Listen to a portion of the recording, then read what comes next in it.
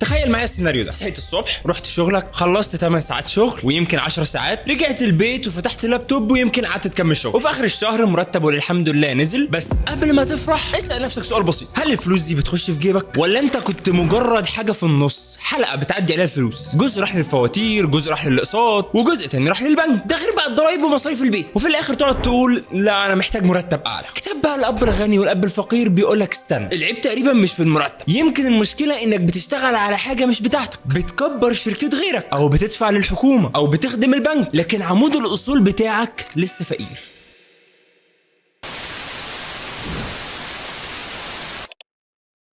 اهلا بيك يا تيحة في حلقه جديده في قناه جوبا. في القناه دي بنتكلم عن كتب، روايات او اي حاجه انا بحبها، وانت يا تيحة بتعمل لايك واشتراك عادي جدا. وحشتني يا تيحة، وحشتني قوي. بشكركم يا جماعه على الدعم، سواء كان في دعم عالي على السلسله اللي فاتت ولا لا، انا ما اعرفش يعني. انا ممكن الحلقه دي اتصورت قبل ما الحلقه الاولانيه تنزل، فمش مهم. المهم يا تيحة ان بشكرك جدا سواء كان في دعم او لا. ويلا نخش في الحلقه.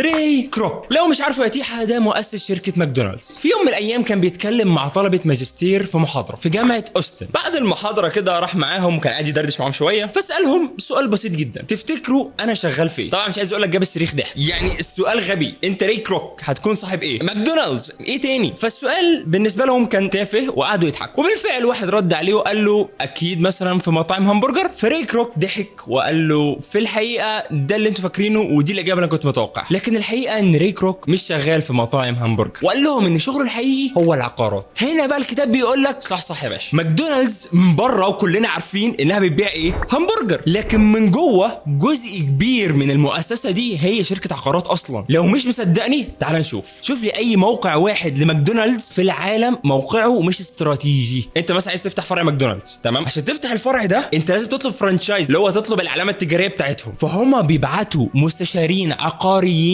عشان يشوفوا المكان هل هو مناسب لاسم ماكدونالدز ولا لا، هل المكان ده هينجح قبل ما يبدا ولا لا. فماكدونالدز اصلا اساسها شركه عقارات، اهم حاجه عندهم في الفروع الارض، الموقع، التقاطعات. فري كروك فاهم ان البرجر هو المنتج اللي الناس بتشوفه كده، لكن العقارات هو الاسيت او الاصل اللي بيبني الفلوس كلها. وده بينقل لك يا تيحة حاجه مهمه جدا، ان انت احيانا بتبقى شايف واجهه البيزنس كده قدامك، لكن انت مش شايف البيزنس الحقيقي من جوه عامل ازاي. طب خد دي، اكبر الشركات اللي انت بتشوفها قدامك ما هي الا شركه ماركتنج. للمعلومه، شركه ابل اللي انت بتشوفها اللي هي شركه تليفونات، لابتوبات والحاجات دي كلها، ما هي الا شركه بتعمل بروسيسور، معالج يا صاحبي، وعليه سوفت وير.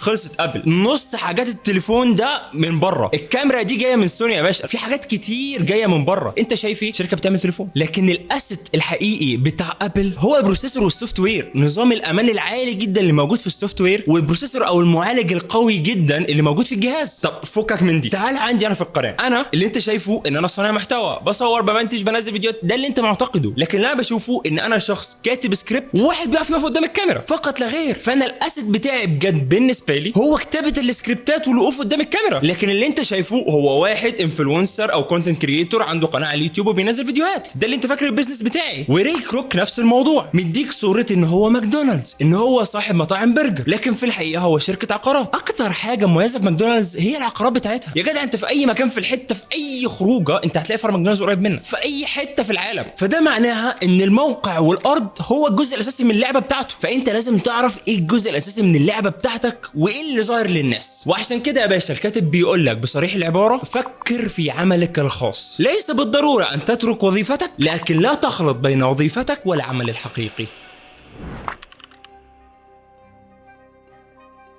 روبرت كان بيحب يسأل الناس كتير ايه هو عملك، بالانجليزيه what's your business. ففي واحد من الناس سأله السؤال ده وقال له انا بشتغل في بنك. فرد عليه الكاتب روبرت قال له هو انت صاحب البنك ده؟ قال له لا انا مجرد موظف في البنك. ما هنا المشكله، هو فاكر ان مهنته او وظيفته هي شغله، لكن في الحقيقه هو موظف في عمل شخص تاني. مهنتك ممكن تكون محاسب، دكتور، مهندس، مدرس، كاتب، مندوب مبيعات، لكن عمله الخاص الحقيقي بيكون عمود الاصول بتاعك، الحاجات اللي انت بتملكها وبتولد لك دخل. فالكاتب الكاتب هنا جاي بيقول لك ان التعليم الاكاديمي اللي هو المدرسه والجامعه بتجهزك فعلا للوظيفه او المهنه، لكن مش بتجهزك لعملك اللي هو البيزنس بتاعك. يعني انت لو درست طب هتبقى دكتور، لو درست هندسه هتبقى مهندس، لو درست قانون اكيد هتطلع محامي، وده مهم ومحترم جدا ويتقدر. لكن المشكله يا حبيبي انك تقعد عمرك كله تبني في عمل شخص تاني وتخليه هو غني، والمشكله انك معتقد ان انت كده هتبقى غني. وده الفرق اللي الاب الغني كان عايز يعلمه لروبرت. الاب الغني كان بيقول لروبرت احتفظ بوظيفتك لو انت محتاجها واشتغل بجهد كفايه، لكن ما تنساش شغلك الحقيقي، بناء الاصول، عملك الحقيقي.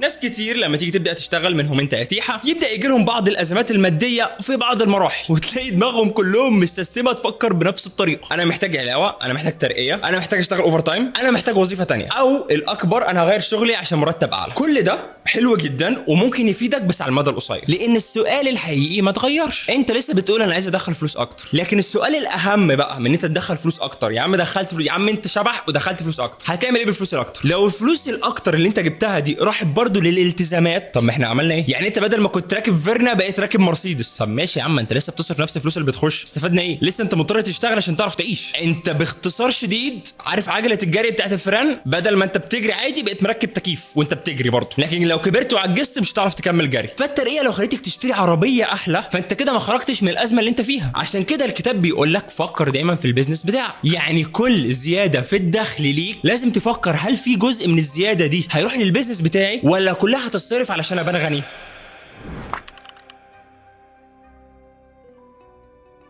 الكتاب بيرجع لفكره خطيره جدا وحصلت مع ناس كتير انا شفتها. ناس كتير بتفتكر ان البيت اللي هي بتدفع له اقساط وعايشه فيه حاليا ده اصل، او عربيتها مثلا اللي بره ده اصل، او مقتنياتها اللي معاها اصول. بس بمجرد ما تحصل ازمه بيكتشفوا الحقيقه. انا بتكلم هنا كازمه على الشركه اللي انت فيها او ازمه عالميه، لان الاثنين هيأدوا لنفس الحاجه. لو الشركه اللي انت فيها حصلت فيها ازمه اول حاجه هتحصل ايه؟ هيقلصوا العماله. فلو انت مثلا عندك 10 اشخاص ديزاينرز مثلا كلهم بيصمموا صور والكلام ده، وانت عندك ازمه، فطبيعي الشغل اقل، فطبيعي انت هتمشي ال10 وهتسيب واحد، هتسيب احسن واحد فيهم، وانت ممكن تكون من ال9 اللي مشوا، فانت خسرت وظيفتك. وفجاه البيت اللي انت كنت معتبره اصله وبتدفع اقساطه بدا يطلب القسط اللي بعده. العربيه اللي انت كنت فاكرها اصل بقت تطلب تامين وبنزين وصيانه، ده غير الزيت يا حبيبي. فانت الحاجات مره واحده اللي انت اشتريتها غاليه بدات تتباع بسعر رخيص، ساعه، بدله، جهاز، اثاث عندك في البيت، لانك ممكن تكون فاكر ان انا عندي حاجات بكذا بالسعر الفلاني، لكن لما تيجي انت بقى تحتاج تبيعها بسرعه هتكتشف انها ما تسواش ولا حاجه. فالفكره مش انك بتمتلك حاجات شكلها غالي، الفكره انك بتمتلك اصول هي في العاده بتجيب لك دخل. يعني لو انت عندك شقه بره مأجرها، فحتى لو انت خسرت شغلك انت عندك دخل بيخش لك. طيب يا تيحه، ايه الاصول اللي الكتاب بيتكلم عنها؟ وخلينا نشرحها بشكل حلو كده. روبرت بيقول لك ان مش اي حاجه بتشتريها بتبقى اصول، ودي قالها 100 مره تقريبا لحد دلوقتي، يعني هو قعدها كتير جدا في الكتاب. الاصل الحقيقي باختصار في اعتقاده هو اي حاجه بتحط في جيبك فلوس ايا كانت، بشرط ان انت ما تكونش متواجد فيها، ده اسمه اصل ايا كان بقى. نقول تاني، الاصل هو اي حاجه بتحط في جيبك فلوس من غير ما انت تكون متواجد فيها. يعني انت لو مضطر تروح كل يوم فده مش اصل. مثال الاسهم، انت مجرد ما تشتري اسهم من اسهم عيلتي انت بيجي لك فلوس. سندات بتجيب لك فلوس لوحدها، صناديق استثماريه، عقارات مولده للدخل زي بيوت او اراضي انت مأجرها، حقوق ملكيه فكريه او كتب، اي حاجه ليها قيمه وبتجيب لك دخل. فهنا نقطه حلوه جدا لازم تفهمها. مثلا لو انت عندك بيزنس مشروعك الخاص، فمثلا خلينا ناخد قناه اليوتيوب دي كمثال. انا دلوقتي مضطر ان انا اقرا الكتب، الخصها، اكتب سكريبت، واطلع اصور. كل الحاجات دي متطلبه وجودي، يبقى ده معناها ان ده مش اصل، لان انا لسه مضطر اكون موجود في المكان عشان اعرف ادخل دخل. انما لو انا صاحب القناه دي بس انا ماليش اي وجود فيها، كمثال انت عندك شركه تمام، حاطط فيها مدير تنفيذي CEO، وعندك الموظفين وكل حاجه، وانت ما بتروحش الشركه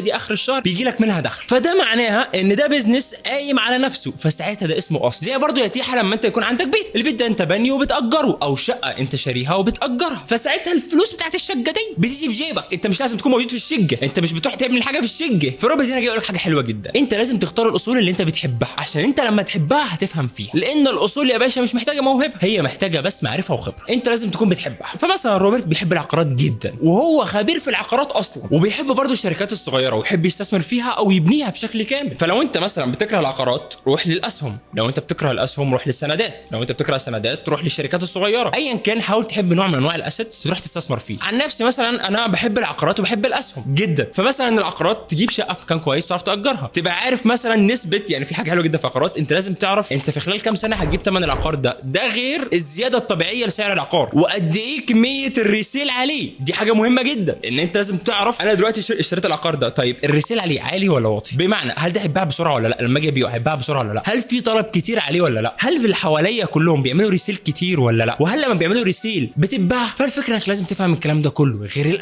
الاسهم حلوه جدا ان انت بتتابع اخبار الشركات، بتشوف الشركه دي والله انا متوقع في فتره هتزيد. زي مثلا عندك شركه ميتا، زمان كان اسمها فيسبوك، اول ما غيروا الاسم الاسهم وقعت، بعد كده طلعت تاني جامد، لان تغيير الاسم دي حاجه اسمها في الماركتنج انت غيرت البراند بتاعك، دي مصيبه. بس انا كشخص عارف ان مهما حصل دي ميتا، فالوقعه دي بالنسبه لي كانت اوفر، كان بالنسبه لي ايه اللي هو خد يا باشا ده اوفر ليك، انت يا دوب تلحق تشتري، فاهمني ازاي؟ لو انا عامل لك خصومات دلوقتي، فانا رحت على طول اشتريت اسهم شركه ميتا، ده اساسي، ده نمبر 1. شرائك اسهم لشركه ميتا في الفتره دي بعد كده عليت تاني طبعا حاجه جباره، لان طبيعي واحد غير اسم شركه هتقع، وبعد كده عشان هي نفس الشركه نفس الكواليتي نفس كل حاجه رجعت طلعت تاني. احنا اساسا نسينا ان كان اسمها شركه فيسبوك اصلا. فالفكره اللي كاتب بيقولها لك ما تحاولش تقلد استثمار شخص تاني نهائي، شوف الاستثمار اللي انت بتحبه وتعلم فيه وافهم فيه وابدا فيه.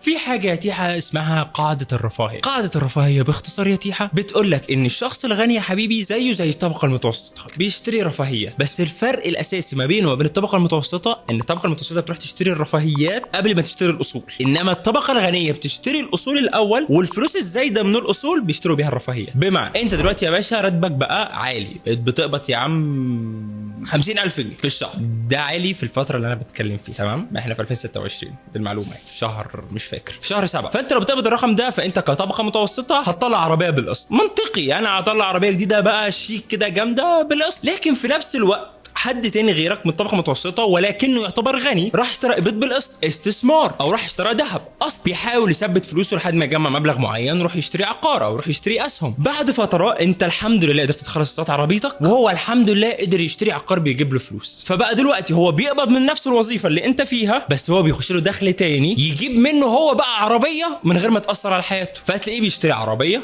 بيشتري ساعه، بيشتري اكتر من حاجه، وانت كل ده يا دوب خلصت العربيه يلا نشتري اللي بعده بقى. ده غير انه هو معاه بيت عقار، يعني يوم ما يفكر يبيعه هو هيبقى اغنى منك 10 اضعاف. فاهم اللعبه؟ يعني انت ضيعت فلوسك في حاجه سعرها هيقل، هو ضيع فلوسه في حاجه سعرها كده كده هيزيد، وغير ان سعرها بيزيد هي بتجيب له فلوس، يعني هي سعرها بيزيد وعماله بتدخل جيبه فلوس. فالوقت اللي هو ضيعه قبل ما اشترى دي اي نعم جه متاخر بعديك بكتير، انت كان معاك العربيه بقى لها مثلا 5-10 سنين، بس هو دلوقتي معاه اسيت يجيب العربيه ومعاه فلوس الاسيت، يعني لسه فلوس العربيه معاه، انما انت فلوس عربيتك راحت. فالحوار الاول ده بتاع الموظف الاولاني بيضعف ميزانيته كامله، انما التاني ده بيبني امبراطوريه، ده بيبني كيان. ما بالك بقى لو فضل ياخد الفلوس من الوظيفه والايجار اللي بيخش له كمان بيحوش عشان يشتري اسيت تاني، فهو فلوسه حرفيا موجوده في العقار بيجيب له فلوس، فهو حرفيا دلوقتي النت ورث بتاعه بقى اغنى منك 10 مرات. طيب الكاتب اتكلم عن تاريخ الضرايب، ولكن انا مش هتكلم عنها بصراحه، لان الضرايب دي في الاغلب هو بيتكلم عن الضرايب الامريكيه. احنا الضرايب عندنا الحمد لله يعني في اللذيذ منه شويه، مش ارقام عاليه والدنيا تمام فيها. فعن نفسي انا هتجاوزها سواء كنت في اي حته، الضرايب عندنا مش عاليه. لكن باختصار هو بيقول لك ان الضرايب دي معموله عشان تقتل الطبقه المتوسطه، دي الحقيقه، لان الطبقه المتوسطه يا باشا هم اكتر ناس بيدفعوا الضرايب، الاغنياء كده كده ما بيدفعوش ضرايب، والفقراء كده كده ما بيدفعوش ضرايب، لان الضرايب عند الفقراء مستواها قليل جدا بالنسبه للدخل اللي بيخش لهم. الطبقه المتوسطه اللي هم الطبقه الغنيه، لكن الفرق ما بينهم التفكير، هو اللي بيتخصم منهم حاجات كتيره جدا من الرواتب. حتى لو انت مثلا بتقبض راتبك كامل مثلا، فانت لما بتروح تشتري بره اي حاجه، مثلا اشتريت عصير، اشتريت ايا كان، رحت كافيه، انت بتدفع قيمه ضريبه، دي كلها حاجات بتروح للدوله، وغير برضو الحاجات اللي بتدخل لك دخل انت برضو الدوله بتاخد منها ضريبه. فبيقول لك الاغنياء بيفكروا في طرق قانونيه ان هم يقللوا الضرايب، فالكتاب بيقول لك دور على الطرق القانونيه اللي تخليك تدفع اقل عدد من الضرايب، او حتى توصل انت ما تدفعش ضرايب، لان الوحيدين بجد اللي بيخسروا من الضرايب هم الطبقه المتوسطه. ده باختصار شديد الجزئيه دي.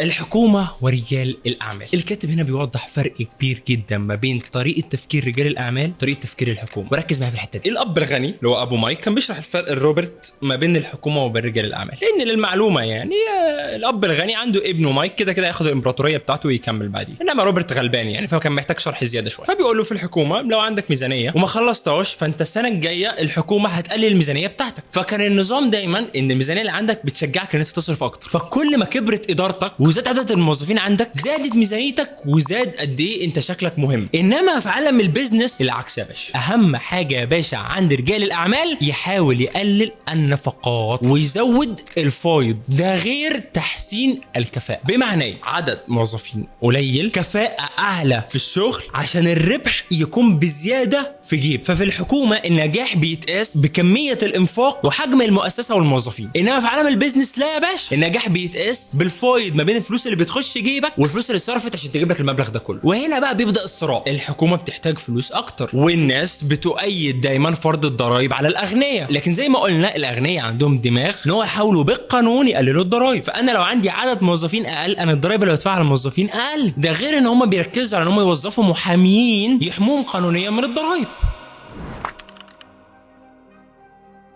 طيب يا تيحة، جينا لحاجة اسمها الذكاء المالي. ايه هو الذكاء المالي؟ الذكاء الخاص بالفلوس. الكاتب جه قسمهم لك ل4 حاجات. 1 المحاسبة، انت مش مطلوب منك تكون محاسب خالص، انت مطلوب منك تعرف الحاجات الاساسية في المحاسبة اللي هي تعرف الدخل، النفقات، الاصول، الخصوم، تعرف المشروع ده قوي ولا لا، تعرف الصفقة دي حقيقية ولا شكلها جميل، فقط لا غير. 2 الاستثمار، ودي طريقة تخلي الفلوس تجيب فلوس، ازاي تحط فلوس في مكان يشتغل ويجيب لك فلوس اكتر. 3 فهم السوق، لازم تفهم العرض والطلب، سبلاي اند ديماند، دي حاجه اساسيه جدا. لازم تفهم ان كل ما كان في طلب اكتر على الحاجه والحاجه دي كميتها اقل السعر هيزيد بتاع الحاجه، والعكس صحيح. لو عندك حاجه بشكل كبير جدا والطلب عليها قليل فهي هتبقى رخيصه جدا. وبالتزامن طبعا لازم تعرف امتى بيكون السعر عالي، امتى السعر قليل، وامتى بيكون السوق عاطفي، بمعنى ان دي زياده وهميه لاجل حاجه عاطفيه حصلت. 4 القانون، فهم القانون هيحميك سواء في الشركات او الضرائب او حتى من الدعاوى اللي بتتعمل عليك، عشان حتى لو انت فاكر ان انت مش مهم تكون فاهم القانون نهائيا، انا بتكلم مش لازم تكون فاهم القانون كامل، بس لو مش فاهمه نهائيا فانت ممكن لما تجيب محامي يضحك عليك هو كمان. ودي شخصيا حصلت مع حد اعرفه قبل كده، في محامي عينه حد اعرفه والمحامي ده راح يتفق مع الشخص اللي قصاده وفهم الشخص اللي انا اعرفه ده ان هو معاه، وبالفعل قدام المحكمه هو قال الكلام اللي هو قاله، ولكن هو كان قال للشخص التاني نقطه الضعف في الكلام اللي هيقوله. فانت قبل اي حاجه لازم تفهم القانون. كل ده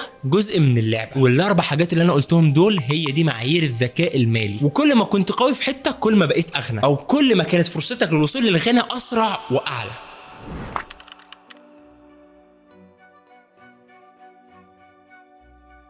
تفتكر يا تيحة نقص المعلومات هو اللي هيفرق ولا نقص الثقة؟ روبرت كان بيقول انه من خلال تدريسه لبعض الناس اكتشف ان اغلب الناس ممكن تكون معاها معلومات بس مش بتجاوب. يعني مثلا في المدرسة ممكن المدرس يكون سأل سؤال وانت عارف الاجابة بس مش ترفع ايدك خايف الاجابة تطلع غلط. في الحقيقة ممكن تكون شايف قدامك فرصة استثمار رهيبة بس انت خايف تستثمر. ممكن يكون في حد عنده فكرة مشروع فشيخة بس هو خايف يبدأ. فهنا الكاتب بيقول لك النجاح المالي محتاج حاجتين: معرفة فنية ان انت يكون عندك معلومات كافية، والاهم منها هي الشجاعة او الثقة ان انت تاخد الخطوة دي. لو عندك معرفة من غير شجاعة انت هتفضل جبان وهتفضل في مكانك. لو عندك شجاعة من غير معرفة انت فلوسك هتطير كلها. لكن الجمع ما بين الاتنين دول هو اللي هيعملك حاجة. هل سمعت قبل كده يا تيحة عن لعبة الكاش فلو؟ لعبة الكاش فلو دي لعبة اخترعها روبرت، انا مش فاهم قوانينها قوي بس واضح ان فيها كروت بتتسحب وبتاع وان انت بتبني ثروة فيها. دي بتعلمك ازاي تبقى غني، يعني هي حاجة شبيهة بمونوبولي او بنك الحظ عندنا. ست اتطلقت وجاية تلعب اللعبة دي عشان تتعلم الاستثمار، فوهي بتلعب اللعبة سحبت كارت وطلع لها ايه؟ بوت، قارب. في الاول فرحت يا سلام انا عندي مركب، مع الوقت بدأت تفهم ان المركب ده عبء عليها مش حاجة كويس. يعني انت تخيل مثلا انت جبت يخت مثلا او مثلا كسبت اليخت ده في اي حته، فانت هتبقى مبسوط في الاول، ولكن مع الوقت تكتشف ان اليخت ده ضرر، لانه طالب منك مصاريف صيانه، ايجار في المينا اللي هو واقف فيها، التزامات كتير هتدفع عليه، منها تنظيف، منها حاجات كتير. فالموضوع بقى عامل زي بالظبط التزام، وانت اساسا كانت حياتك طبيعيه فانت زودت التزام على التزامك. هنا طبعا الست دي بعد ما طلع لها الكارت ده اتبسطت في الاول، وبعد شويه اكتشفت المشاكل اللي فيه فاتضايقت واتعصبت وسابت اللعبه وطلبت فلوسها وخدتها ومشت. لكن بعد حبه وقت هي رجعت وفهمت ان هي وجوزها قبل الطلاق كان عندهم مشاكل ماليه كبيره، انهم كانوا بيجيبوا حاجات كتير جدا هم عايزينها، ولكن ما كانوش بيفكروا ان الحاجات دي مش هترجع لهم فلوسهم. دي الفكره من الموضوع. بعد كده هو قاعد يعمل ماركتنج عن اللعبه، وعشان كده اللعبه هي قويه وبتعلمك وبتعلمك وبتعلمك وبتعلمك، بس ما علينا يعني. بس لو رجعنا للموضوع بصينا على بنك الحظ مثلا، هي نفس الفكره. انت اول ما بتبدا اللعبه انت ما بيبقاش فارق معاك، انت عمال تشتري اصول فقط لا غير. راح اشتري دوله، هشتري دوله، هشتري دوله، هشتري دوله، لان كل واحده من دول انت مش فارق معاك الفلوس اللي تدفعها دلوقتي مقابل الفلوس اللي هتجيبها لك بعدين. فاهم الفكره؟ لكن في حاجات بتاخد منك فلوس بس ما بترجعكش فلوس. يعني انت ممكن تكون في مونوبولي او بنك الحظ شاطر جدا، بس في الحياه العامه انت ضايع وعمال تعمل العكس تماما. انت ما بتشتريش حاجات بتجيب لك فلوس، انت بتشتري الحاجات اللي انت بتضيع عليها فلوسك وسعرها بيقل. هنخش بقى على امثله في الاستثمارات كده والعقارات وشراء الاصول. بص هنخش عليهم كده وهنمشي فيهم واحده واحده.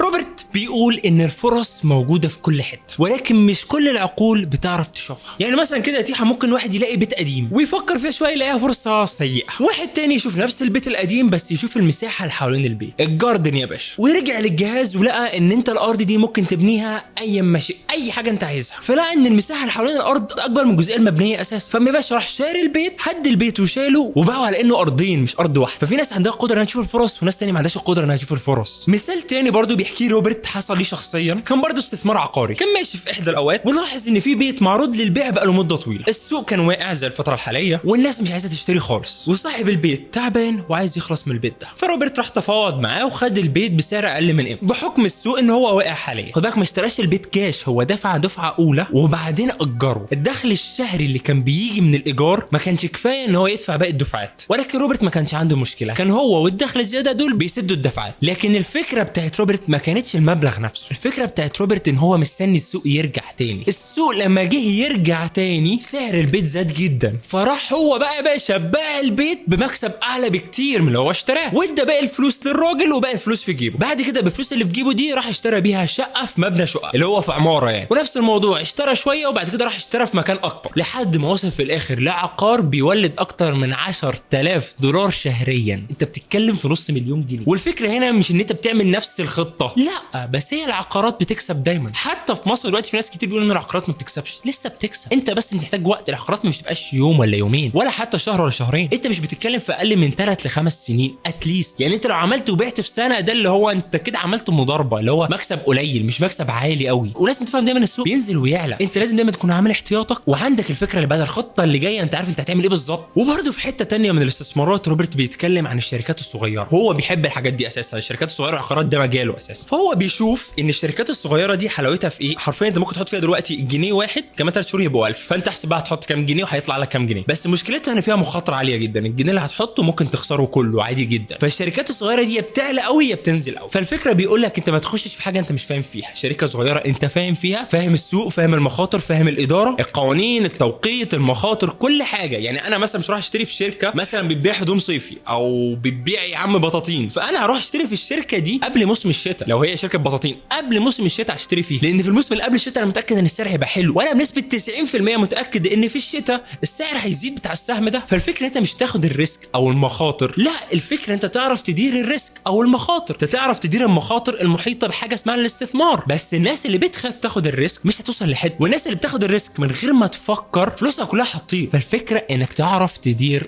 الريسك، وده عامه بينطبق على كل حاجه. حتى العقارات بتخسر، في عقارات انت بتروح تشتريها فاكرها بسعرها ده، ومع الوقت بتلاقي ان الزياده ما تستاهلش اللي انت عملته. انت فلوسك دي لو اتحطت في البنك كان جابت فلوس اكتر. وارجع اقول انا بتكلم دايما على البنوك الاسلاميه، انا بريء من اي حد بيحط في اي بنوك ثانيه وماليش دعوه. والمعلومه برضو ليك، حتى الوظيفه خطر للمعلومه، بس اي حد فاكر نفسه دلوقتي ان هو شغال في وظيفه والدنيا امان، الموضوع ده مش حقيقي. اي مشكله ممكن تحصل في الشركه اللي انت فيها انت ممكن تكون من اوائل الناس اللي يطلعوا، حتى لو انت دورك مهم جدا. وقت الافلاس انت بره، وقت المشاكل انت راتبك ينزل للنص، انت لو انت راتبك نزل للنص انت عندك التزامات بالهبل، انت هتضيع في ده. فمن خلال كل ده احنا نقدر نقسم المستثمر لنوعين، وده برضو اللي قسمه كات. قال لك المستثمر الاولاني يا باشا هو النوع الاكبر من المستثمرين، النوع اللي بيحب يريح دماغه. انا يوم ما اشتري شقه انا هشتري شقه في كومباوند، شقه مساحتها كويسه 3 اوض الدنيا تمام اخلص فيها، او هشتري شقه في مكان انا متاكد ان اي حد ممكن يشتري فيها، مش هشتري اوحش واحده ولا احلى واحده، انا هشتري حاجه في النص على قد فلوسي. موضوع بسيط جدا، بيكلم السمسار بيقول له في وحده كذا كذا كذا، يقول له تمام انا عايز اشتريها، يروح يشتري ويخلص الموضوع. او مثلا يروح يشتري اسهم في شركات هو واثق كده كده انها هتعلى، الشركات دي ما بتخسرش، او لو هتخسر مش هتخسر كتير، يشتري بقى سندات، شهادات، الحاجات الحاجات دي كلها اساليب استثمار اي حد هيعرف يستثمر فيها وهو عارف انه بنسبه فوق ال 90% هيكسب فيها. فالشخص ده الكاتب بيمثله بالشخص اللي بيخش محل جيمنج او محل كمبيوترات وبيشتري كمبيوتر بيناسب اي حد، في كارت شاشه كويس، في رامات كويسه، في الدنيا تمام، خلاص انا هشتري الكمبيوتر ده. الكمبيوتر ده لو اي حد خده يعرف يشتغل عليه، سهل كويس بسيط، الناس كلها ممكن تحتاج عادي جدا، الطلب فيه مش بيخلص. ده النوع الاولاني، النوع المستقر في الاستثمار واللي بيحاول يبني ثروه بس من غير ما يخسر كتير. النوع الثاني بقى مستثمر يصنع الصفقه. بمعنى ايه؟ بمعنى ان هو بيشوف فرصه محدش غيره بيشوفها، بيرتب، بيتفاوض، من النوع اللي هو انت بتبتكر حاجه جديده او بتصنع فرص من الحاجات المعيوبه، زي مثلا فكره البيت اللي هو اشتراه اللي هو كان في وقت السوق نايم فيه وصاحبه كان محتاج فلوس فراح دفع له بسعر اقل شويه من السعر الحقيقي. باختصار النوع الثاني ده هو الشخص اللي بيعمل فرص من الحاجات اللي ما بتتشافش. ميزته ان هو بيحقق ارباح كتير جدا، عيبه والمشكله الكبيره يا تيحه ان هو بيخسر برضه كتير، فعلى قد المكسب على قد الخساره، ومع ذلك يفضل هو اللي يطلق عليه النوع الذكي. والاب الغني اللي هو ابو مايك كان بينصح دايما روبرت ان هو يكون من النوع الثاني، النوع الذكي اللي هو يفكر زي القطه. انت ممكن تخسر في الاول كتير بس مع الوقت هتبقى خبير وتعرف تصادف فرصه صح يا تيحه. طيب يا تيحه هتيجي تقول لي ازاي بقى من النوع الثاني؟ اقول لك من عينيا الاثنين، ركز معايا. اول حاجه لازم تشوف الفرصه ما فيش حد غيرك بيشوف، تشوف بعقلك مش بعينك بس، زي البيت القديم اللي في اول مثال اللي كانت مساحه الارض كبيره والبيت مبني على حته صغيره من الارض، فانت ما تشوفش بس بعينك ان البيت قديم وبايظ، لا انت بتفكر في كل حاجه، كل الابعاد، تفهم كل حاجه. تاني حاجه ان انت تكبر الفلوس وتلاقي تمويل. الشخص العادي بيقول انا معيش فلوس، خلص الموضوع، مش هتعرف تبقى مستثمر. لكن المستثمر اللي ذكي بيسال ازاي ارتب الصفقه والاقي تمويل كويس. فالكاتب هنا بيقول لك انت ممكن تعمل شويه ديلز او صفقات بانك تشتري اصول من غير ما تدفع فلوس، ودي موجوده حرفيا. زي مثلا البيت اللي هو اشتراه، هو راح اشترى البيت بسعر اقل من السعر الطبيعي، وغير ان هو دفع دفعه اولى بس اللي هو المقدم بس من غير ما يدفع باقي المبلغ كله، واجر البيت، والبيت بقى بيجيب له ايجار وبيروح يدفع من الايجار القسط، بيزود عليه شويه بس لما الاسعار زادت وسعر السوق ارتفع قام بايع البيت وكسبان هو. فالفكره ان مش مجرد انت معكش فلوس انت ما بتعرفش تشغل دماغك، كونك اساسا شخص. في فكره ثانيه انت ممكن تكون مجرد شخص وسيط في النص، مجرد شخص عارف مين محتاج حاجه ومين اللي بيوفر الحاجه دي حاجه ممكن تعمل لك مصدر دخل. دي اساسا حاجه جديده ان انت مجرد شخص وسيط في النص، بروكر. والله الشركه بتبني فهي محتاجه حديد وانت عارف شويه ناس في مصانع حديد، انت تقدر تكون في النص وسيط بيجيب لهم الحديد من هنا لهنا فقط لا غير. ثالث حاجه انت لازم تعرف ازاي تدير الاذكياء. الناس الاذكياء دايما بتشتغل مع ناس اذكى منه بس كل واحد في مجال معين، فانت اهم حاجه بالنسبه لك تكون ذكي في الاداره. ممكن يكون واحد صاحبك ذكي في المحاسبه، واحد صاحبك تاني ذكي في المحاماه، واحد صاحبك ثالث ذكي في الديزايننج مثلا، فانتوا الثلاثه تعملوا لكم براند هدوم. فانت لو عايز تنجح ما تحاولش تكون خبير في كل حاجه، لازم تكون خبير في حاجه واحده وتحترف فيها، بس ده ما يمنعش ان تبقى فاهم باقي الحاجات التانيه بحيث ان ما حدش يضحك عليك.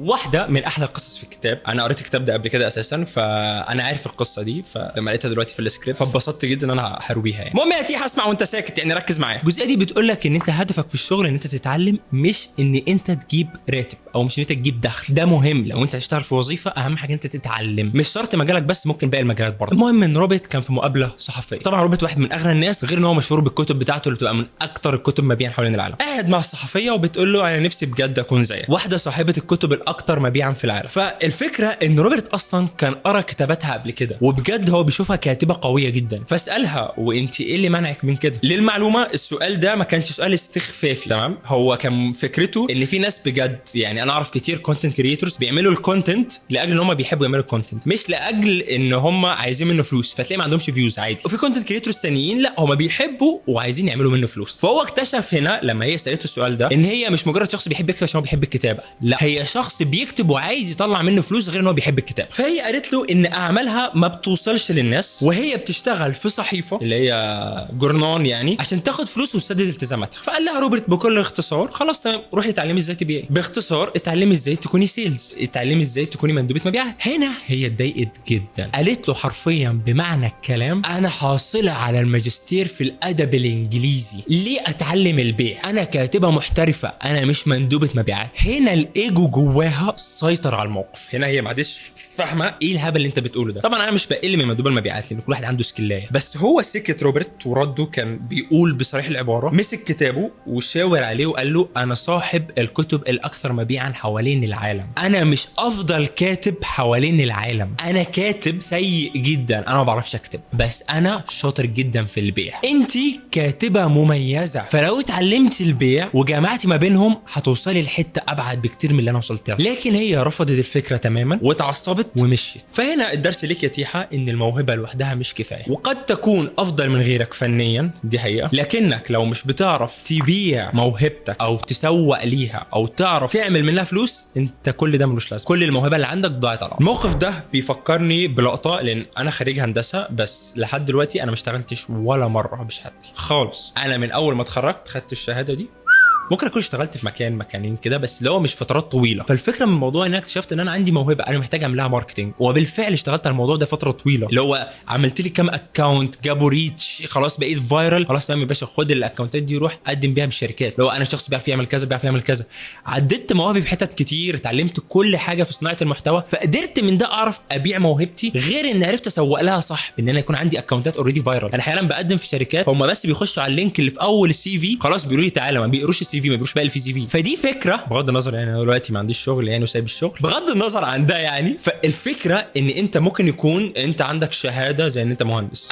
انا خريج هندسه، انا كنت بنزل ايفنتات واقعد اصور عادي جدا ولا يفرق معايا اي حاجه، انا فوتوغراف فيديوغراف، مفيش حاجه اسمها الهيبه بتاعت لا انت مهندس انت ما ينفعش تنزل تعمل كده، ما ينفعش تعمل كده. الناس اللي بتصورهم دول المفروض هم اللي يجوا يسلموا عليك عشان انت مهندس، ودي حقيقه، بس في الاول وفي الاخر لا، يعني انا بعمل حاجه اللي انا بحبها، وانا شايف نفسي ان انا في الطريق الصح، ومش فارق معايا اي راي من الاراء، لان انا عارف الاسيتس اللي انا ببنيها، عارف طريقه التفكير اللي انا عايز اتجه لها، وده المكان اللي انا عايز اوصل له. فالفكره قبل اي حاجه عشان اوصلها لك بصريح العباره، انت لو عندك موهبه في حاجه ومش بتعرف تدخل منها فلوس، فانت عيبك مش في الموهبه يا باشا، انت عيبك ان انت مش بتعرف تسوق لنفسك ولا تعرف تبيع، حاجتين ما لهمش تالت. انا فاكر ان عبد الرحمن الاديتور حبيبي واخويا حرفيا لما تعرفت عليه واحنا كنا بنتكلم كده في اول قبل ما بينا، هو باع لي شغله باكتر طريقه انا ممكن اقولها صايعه بجد. كان في كميه ناس، يعني انا عملت حوالي 20 ل 30 انترفيو في الوقت ده، انا كنت بدور على الاديتور، فاهمني، انا محتاج اديتور دلوقتي، من 20 ل 30 انترفيو. عبد الرحمن الوحيد اللي شدني، وما كانش يعني خليني اصدمك بحاجه، يعني دي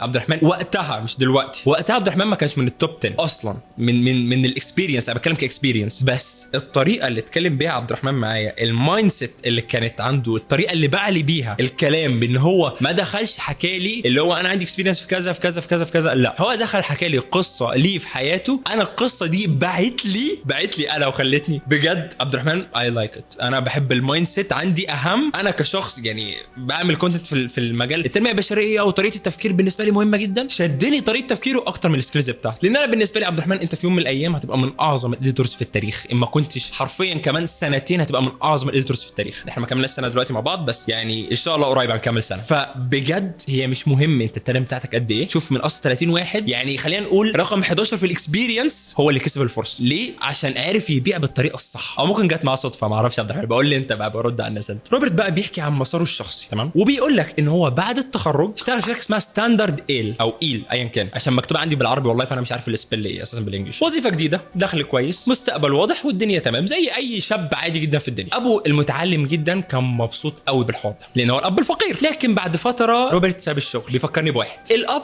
الفقير او ابو روبرت اصيب بالاحباط، بس الاب الغني اللي هو ابو مايك راح وبارك له ان هو ساب الشغل. ليه؟ لان الاب الغني كان بيشوف ان الهدف مش المرتب، الهدف انك تتعلم حاجه. روبرت ما راحش درس في الاكاديميه البحريه عشان يبقى ضابط ايقاع كان في الاكاديميه البحريه عشان يتعلم التجاره الخارجيه، الموانئ اللي هي جمع كلمه مينا، الشحن، الثقافات، الناس، الاسواق في اسيا وفي كل بقاع العالم. بعد كده راح للمارينز دي اللي هي البحريه، مش بس عشان هو يبقى ضابط، لا عشان يتعلم القياده، لان الاب الغني قال له ان اصعب حاجه في اداره الاعمال هي اداره الناس ذات نفسهم، ولو ما اتعلمتش القياده وانك تكون قائد بجد الناس هتغدر بيك. وفي عالم الفلوس والبيزنس محدش بيسمي. وبعد فتره راح اشتغل تاني في شركه اسمها زيروكس، برضه مكتوبه بالعربي، فلو انا نطقي غلط مش مشكلتي. ليه اشتغل؟ مش عشان الفلوس بس، عشان زيروكس كان عندها برنامج قوي في تدريب المبيعات، وروبرت كان شخص خجول، فكان بيخاف من البيع ومن الرفض. والمعلومه، اي سيلز مان او اي بروكر او اي حد بيبيع اي خدمه، حتى انا ككونتنت كرييتور دلوقتي بقدم لك محتوى، اول حاجه لازم تكون متعود عليها هي حاجه واحده، الرفض. انت قبل ما بتعمل فيديو انت بتبقى متعود ان الفيديو ده مش هيجو فايرال، انت ده الطبيعي. ان انت رايح تبيع لحد انت بتبقى متعود ان الشخص ده ممكن يرفض، بس انت بتحاول تقنعه، ده عادي. انت بتحاول تشتغل حاجه بس انت متعود ان الحاجه دي هتفشل، عادي جدا. المهم ان هو دخل الوظيفه عشان يتعلم المهاره اللي هي بيخاف منها. فضل يشتغل هناك لحد ما بقى اكتر واحد شاطر في البيع، وبعد كده ساب الشغلانه، وما كانش بينتقل عشوائيا ما بين الشغلانات عامه. يعني هو كان كان كل مره بيشتغل كان بيتعلم مهاره معينه في حاجه. التجاره الدوليه زي ما قلنا، القياده زي ما قلنا، المبيعات زي ما قلنا، وبعدين الاستثمار. وهنا الفرق، في ناس بتختار الشغلانه عشان راتب، ودول ممكن يكونوا صح وممكن يكونوا غلط. يعني انت لو هتاخد شغلانه عشان راتب عشان تعرف تصرف على السايد بيزنس بتاعك، البيزنس الجانبي بتاعك، فتمام، ممكن انت محتاج راتب عالي عشان تبدا دي. بس قبل ما تخش الشغلانه دي او قبل ما تفتح البيزنس بتاعك، انت لازم تقعد تلفلف كده في الشركات لحد ما تتعلم كل حاجه. لازم تتعلم كل حاجه، وبعدين تبدا تدور على الفرصه اللي فيها راتب عالي جدا عشان تعرف تفتح السايد بيزنس بتاعك على قد ما تقدر تهندله.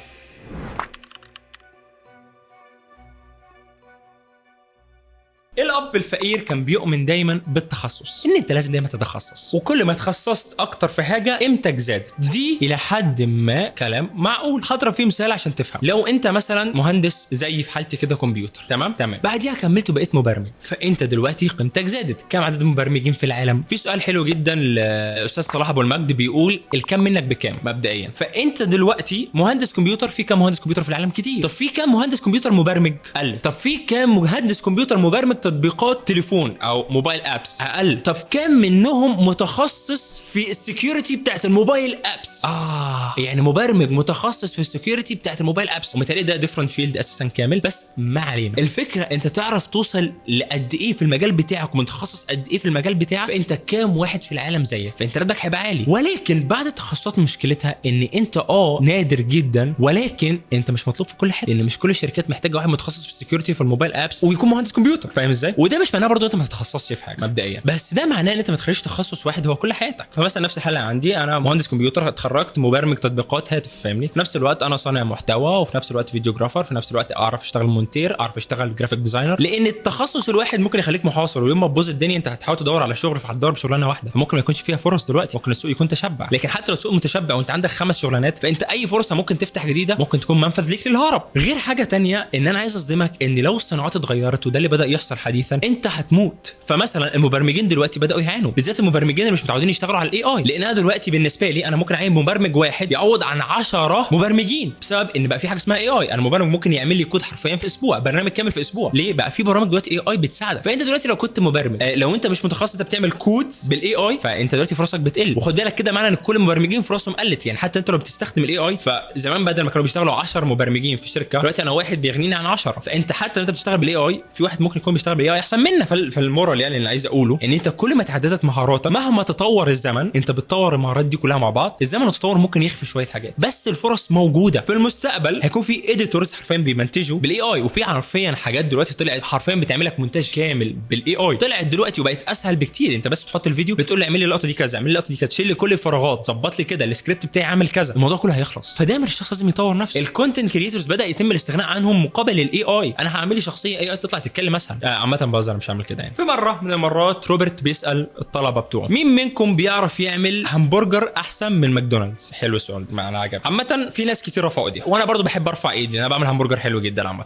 اذا لماذا ماكدونالدز يبيع اكثر منكم؟ ده السؤال اللي ساله روبرت للطلبه. الاجابه لان النجاح مش في عمل الهمبرجر، النجاح في النظام، في التسويق، في البيع، في الاداره، في التكرار، العلامه التجاريه اللي هو البراند، والموقع. ناس كتير بتركز انها تطلع منتج، انا لازم اطلع منتج جامد خرافي خنفشاري، وبتنسى اهم حاجه الماركتنج والبيع. في كتاب ماركتنج اسمه خطه تسويق، في صفحه واحد 1 بيج ماركتنج بلان. ففي احدى الجمل في الكتاب ده بتقول ان 80% من الفلوس في الماركتنج، بس 80% من الفلوس اللي بتيجي موجوده في الماركتنج، و20% في باقي الحاجات اللي هي منهم المبيعات والمنتج. انا مش بقولك ان الجوده مش مهمه، بس التسويق للجوده اهم. يعني في ناس كتير في المجال، تعال نجيب اسامي. اياد الموجي اول ما بدا بص عليه بجد والله، بص عليه، ما السيت اب سيمبل بحت، سماعه، فاتح البي سي، المايك بتاعه كان قدامه، كان المايك بتاع السماعه، كان بيقعد يتفرج على الفيديو، ذاتس ات. شوف دلوقتي اياد فين. لان الجوده اوكي هي مهمه، بس الماركتنج اهم، التفكير اهم، ازاي هطلع المحتوى، ازاي اخلي المحتوى يوصل، دي الاهم من ان انت مجرد ان انت تعمل حاجه بكواليتي عاليه جدا. كام واحد بدا بكواليتي سوبر جود بس ما وصلش لحاجه.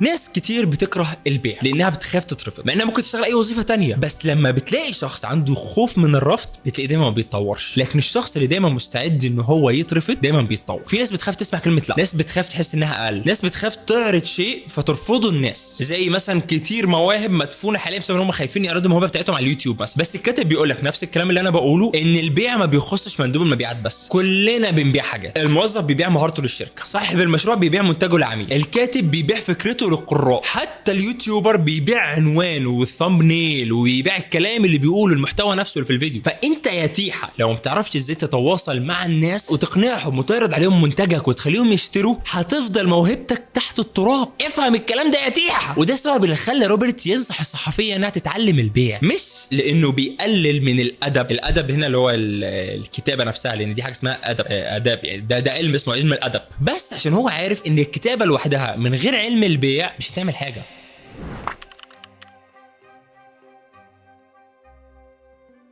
في نهاية الفصل السابع، عامة احنا في الفصل السابع حاليا وده شيء كويس جدا، في قانون بيقول لك عشان تدي لازم تاخد، خد وهات عشان عم عشان مات على قولة ويجز. روبرت بيقارن الاب الغني بالاب الفقير، كلهم كانوا كرامة، لكن الاب الغني كان فاهم قانون الفلوس يا تيحة. عشان تجي لك فلوس لازم تحطها في الاماكن الصح. اولا الجمعيات الخيرية، الصدقة، بسم الله الرحمن الرحيم، عايز تنجح تصدق. بص اي ازمة في حياتك حاسس ان انت عندك ازمة مادية، اعرف ان انت ما بتتصدقش، ونصيحة مني خصص مبلغ شهري انت بتتصدق بيه. معك فلوس معكش فلوس، معك وظيفه معكش وظيفه، شهريا انت بتطلع المبلغ ده صدقه. ما تتكلمش معايا فيها، ما تتكلمش ما فيهاش، فاهم؟ شهريا المبلغ ده بتطلعه صدقه عشان يجي لك على الاقل 10 اضعاف. وده كان وعد سيدنا محمد لينا ان الصدقه بتجي لك 10 اضعافها في الدنيا. ولو ربنا مديك بزياده حاول تعلي من الصدقه بتاعتك، او حتى تبدا تعمل حاجات خيريه، مؤسسات خيريه، تبني جامع، تبني مسجد، ايا كان، حاول تعمل حاجات خيريه اكتر. العقليه دي كانت عقليه الاب الغني، ان انت لازم دايما تبذل من اجل الخير، معاك ما معكش انت بتبذل. انما عقليه الاب الفقير بقى ما بيقولكش خد وهات، بيقولك انا عايز ادي، انا كريم وعايز يدي، لكن بيقول لما يبقى معايا فلوس زياده هبقى ادي. لكن المشكله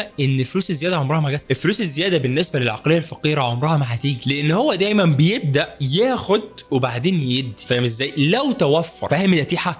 انما الاغنياء لا، هو انا مش باخد اول ما الفلوس بتيجي انا بدي وبعدين باخد الباقي. فالقانون بيقولك خد وهات، انت لازم تدي وبعدين تاخد، ما ينفعش تاخد والباقي لو اتبقى حاجه تدي. وفي اغلب الاحوال لما حد بياخد حاجه ما بيبقاش منها حاجه، فاهم ازاي؟ فاهم الفكره؟ وده مش معناه ان انت تنفق على طول من غير وعي، اللي هو انت عارف ان انت مثلا عندك ازمه اقتصاديه الشهر ده، فاهمني؟ فده مش معناه ان انت تدي الفلوس وتاخد الباقي وتلاقي الباقي مش مكفي الازمه. ده غباء، بعيدا عن ان انا هعمل كده عادي يعني. انا حط في بالك انت طول ما انت بتدي انت ما تقلقش من حاجه، طول ما انت بتتصدق انت ما تقلقش من اي حاجه في الدنيا، ما تقلقش. طول ما انت فلوسك طالعه للناس اللي محتاجه بجد ما تقلقش من حاجه في الدنيا، وطول ما نيتك خالصه يا تيحة لله. دون ذلك بص يعني مش عارف اشرح فيها، خلاص طز. المهم ان انت فهمتها، فهمت قصدي.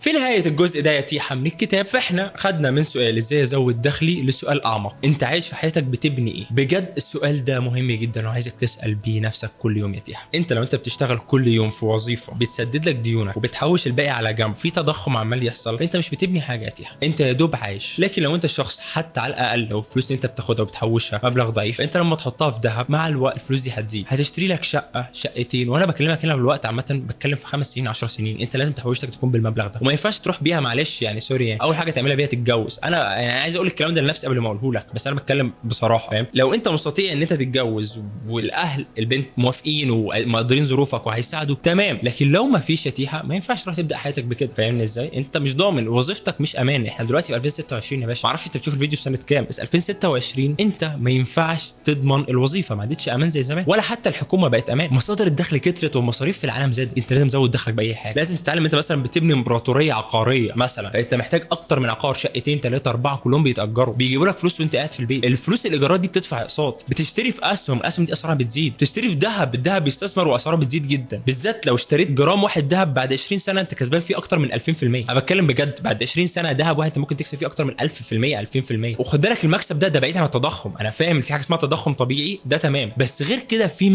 مكسب كده في كميه كبيره مكسب ليك. ما تضيعش عمرك كله بتقبض راتب وبتحوش مبلغ عشان لما تتقاعد او ايا كان. لازم تبني حاجه تجيب لك فلوس لوحدها من غير ما تكون موجود فيها. ومش معنى كده انت ترمي فلوسك في اي حاجه، غلط. انت لازم تعرف ايه الحاجه اللي انت شاطر فيها وتتعلم البيع عشان تعرف تبيعها باعلى ثمن. لازم بعد كده تبدا تتعلم انواع الاداره، وبعد ما الموضوع ده يبقى يجيب فلوس كفايه تبدا تدور على ازاي تستثمر صح، وتروح برضه تتعلم الاستثمار. بما ان عندك مهاره البيع، الاستثمار عندك هيبقى اسهل، بمعنى انك ممكن تشتري عقارات اسهل، ممكن تبيع عقارات اسهل، ممكن تجيب اسهم باسعار اقل، وممكن تبيع اسهم باسعار اعلى، وحاجات كتير ممكن تلاقيها. فالفكره انك بعد ما تبني موهبتك وتعرف تبيعها، تعرف كمان تستثمر الفلوس وتخليها تبقى اصول تجيب لك انت فلوس. ففي النهايه احب اقول لك فكر دايما في شغلك الخاص، فكر دايما في انت بتبني ايه لنفسك. ان انت بتشتغل في وظيفه انت بتبني لناس تانية. طول ما انت موظف وفاكر ان انت كده عايش لنفسك، فانا بقول لك يا تيحه لا، انت كده عايش لناس تانية، عايش لصاحب الشركه، عايش للمدراء اللي فوق اللي بيقبضوا وبيروحوا يشتروا اصول. لازم يكون عندك مهاره تعرف تبيعها كويس جدا جنب الوظيفه بتاعتك او شهادات جامعيه. وممكن تكون مهارتك في الشهادات الجامعيه دي مفيش مشكله فيها، لكن المشكله الكبيره لما ما يكونش عندك مهاره بتشتغل لنفسك، يعني انت بتعمل حاجه لنفسك، سكيلايه لنفسك. لو انت يا عم خريج هندسه كمبيوتر، على الاقل اعمل برامج فريلانس، حاول تعمل بيزنس صغير بيعمل برامج، فاهم ازاي؟ اي حاجه بتشتغل لنفسك مش للناس، منها تعرف تشتري اصول تبني لك عمود كده من الاصول بيجيب لك دخل كفايه ان هو يدفع لك كل التزامات حياتك عشان توصل للحريه الماليه. والحريه الماليه زي ما عرفناها انك تبقى قاعد في البيت كده عتيحه مروق مأنتخ وقادر تغطي جميع التزاماتك. هنا انت وصلت للحريه الماليه.